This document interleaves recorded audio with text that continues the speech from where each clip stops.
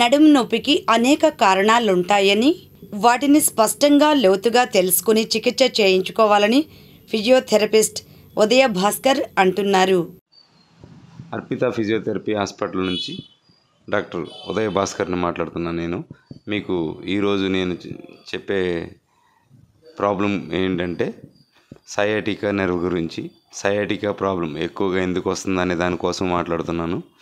ఎక్కువ శాతం చాలామంది ఒక 16-17 సంవత్సరాల పిల్లలకు కూడా నడుము నొప్పి రావడం, పెద్ద వయసు వాళ్ళకి రావడం ఇలాగ ఎక్కువ జరుగుతుంది. ఈ రోజుల్లో ఎక్కువ శాతం నడుము నొప్పి ఉన్న వాళ్ళే ఎక్కువ ఉన్నారు.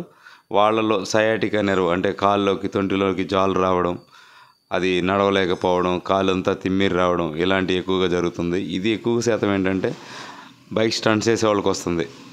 మెయిన్ లాంగ్ స్టాండింగ్ సిట్టింగ్ పొజిషన్లో కూర్చునే వాళ్ళకి వస్తుంది. ఎక్కువ శాతం ఏంటంటే సాఫ్ట్వేర్ ఎంప్లాయీస్లో ఎక్కువ వస్తుంది.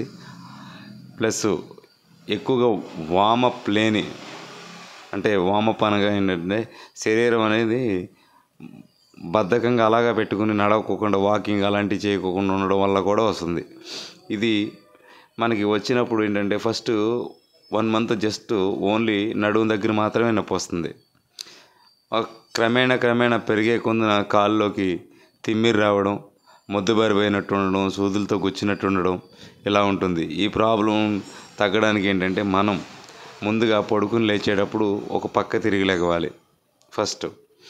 రెండోది బాచిపెట్లు వేసుకోకూడదు, అంటే క్రాస్ లెగ్ కింద మనం పీఠం వేసుకుంటాం కదండి, అది పీఠం వేయకూడదు. తర్వాత ఒక పక్కకు తిరిగి లేచిన తర్వాత ముందుకనేది బెండ్ అయ్యి ఏ వస్తువు కూడా తీయకూడదు. తీయడం వల్ల కూడా ఇది ఎక్కువైతుంది. ఒకవేళ మీరు ఎన్ని మెడిసిన్స్ వాడినా కూడా ఈ ప్రాబ్లం క్లియర్ అవ్వదు.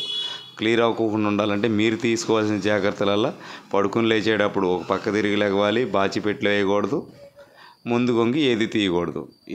ఇలా చేయడం వల్ల ఏంటంటే కొంత దాన్ని తగ్గించడానికి అవకాశం ఉంటుంది. తర్వాత వెన్నుపూసకు సంబంధించిన స్ట్రెంథనింగ్ ఎక్సర్సైజ్ ఖచ్చితంగా చేసుకోవాల్సి వస్తుంది. ఆ ఎక్సర్సైజ్ చేయడం వల్ల కూడా ఈ ప్రాబ్లం అనేది క్లియర్ అవుతుంది. డ్రైవింగ్ అయితే చేయకూడదు, కింద కూర్చోకూడదు. ఇప్పుడు దీనికి మనం ఫిజియోథెరపీ కూడా చేయించుకుని ఆ ప్రాబ్లం క్లియర్ చేసుకోవచ్చు. చాలామంది అంటారు ఖచ్చితంగా మీరు సర్జరీకి వెళ్ళాల్సి వస్తుంది అంటారు. సర్జరీ చేయించుకోవడం వల్ల 10% రిజల్ట్ ఉంటుంది, 90% ఫెయిల్యూర్ ఉంటుంది. ఆ 10% రిజల్ట్ ఏంటంటే అందరికీ సక్సెస్ అవ్వాలని లేదు.